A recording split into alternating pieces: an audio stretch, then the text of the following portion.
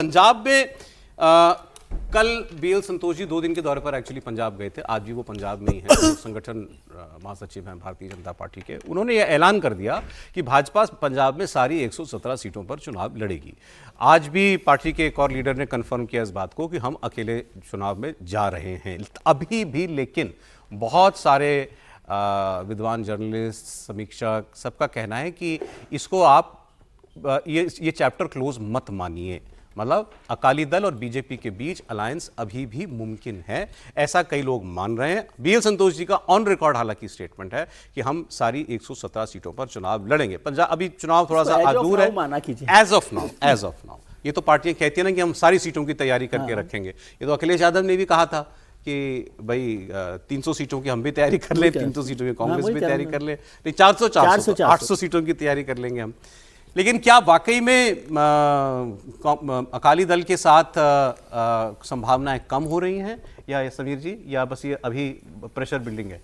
नहीं, मुझे लगता है कि भारतीय जनता पार्टी ने अकाली दल को संदेश दे दिया कि भाई चुनाव तो हम अपनी शर्तों पे लड़ने वाले हैं, चुनाव हम हमारी तैयारी से लड़ेंगे और चुनाव हम प्रधानमंत्री नरेंद्र मोदी के चेहरे पर लड़ने वाले हैं। भले ही ये कहा जा सकता है कि पंजाब में भारतीय जनता पार्टी का कोई बहुत जनाधार नहीं है वोट बैंक के हिसाब से। अगर आप देखें लोकसभा का परिणाम देखें या विधानसभा का परिणाम देखें, भारतीय जनता पार्टी वहाँ कहीं नजर नहीं आती अगर इन आंकड़ों को देखें। लेकिन पिछले समय, जिस लंबे समय से भारतीय जनता पार्टी वहाँ जमीनी स्तर पर जिस तरीके से संगठन के लिए काम कर रही है, आम आदमी पार्टी का एक बड़ा वर्ग टूटकर भारतीय जनता पार्टी के साथ आ गया है।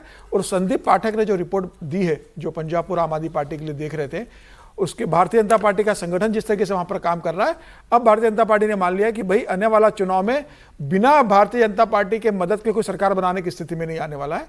भारतीय जनता पार्टी ये तय करेगी कि सरकार में किसके साथ बनना चाहिए। आम आदमी पार्टी बुरी हार की तरफ अग्रसर हो रही है वहां पर।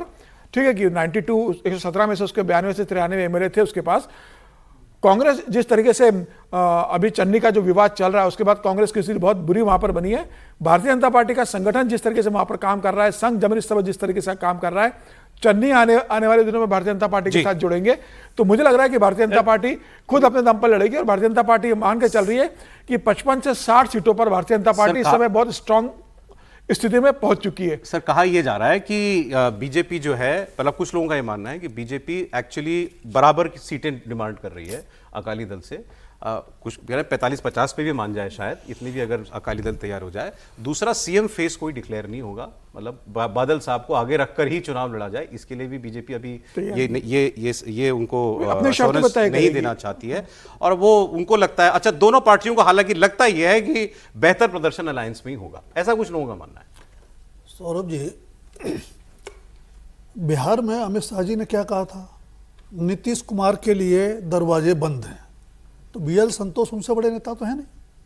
तो ये एक आपको चुनाव से पहले अपने कार्यकर्ता का, अपने समर्थक का मनोबल बढ़ाने के लिए कहना ही पड़ता है। और तैयारी आपको हमेशा इस स्थिति में रखनी पड़ती है कि अकेले भी लड़ना पड़ता है, बात बिगड़ जाए तो। इसमें दो राय नहीं कि बीजेपी लगातार बहुत मेहनत कर रही है, लेकिन मेहनत के लिए पैरों तले जमीन चाहिए, जो पंजाब में बीजेपी के पास बहुत ज्यादा नहीं है।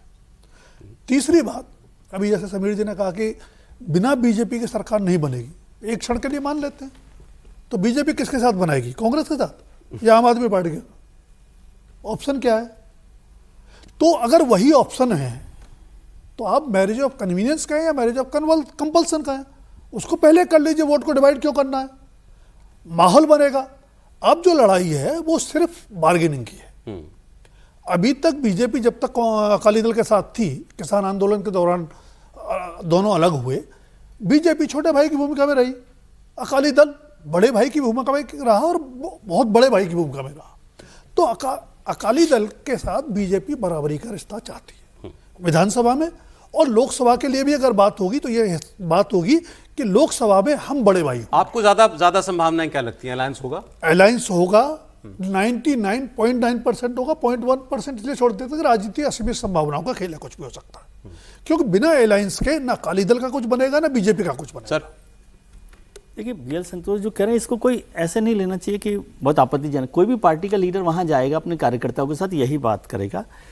लेकिन एज ऑफ नाउ तो मैं ये इतना मानता ही हूं कि बीजेपी अकाली दल के साथ चुनाव लड़ेगी। एज ऑफ नाउ मतलब क्या होगा क्या नहीं होगा, 90% चांस, जो 80% कह लें, जो भी कह लें, अकाली और बीजेपी के अलावा कोई रास्ता नहीं है। बीजेपी इस स्थिति में तो कतई नहीं है कि वो अकेले चुनाव लड़कर कुछ कमाल कर ले।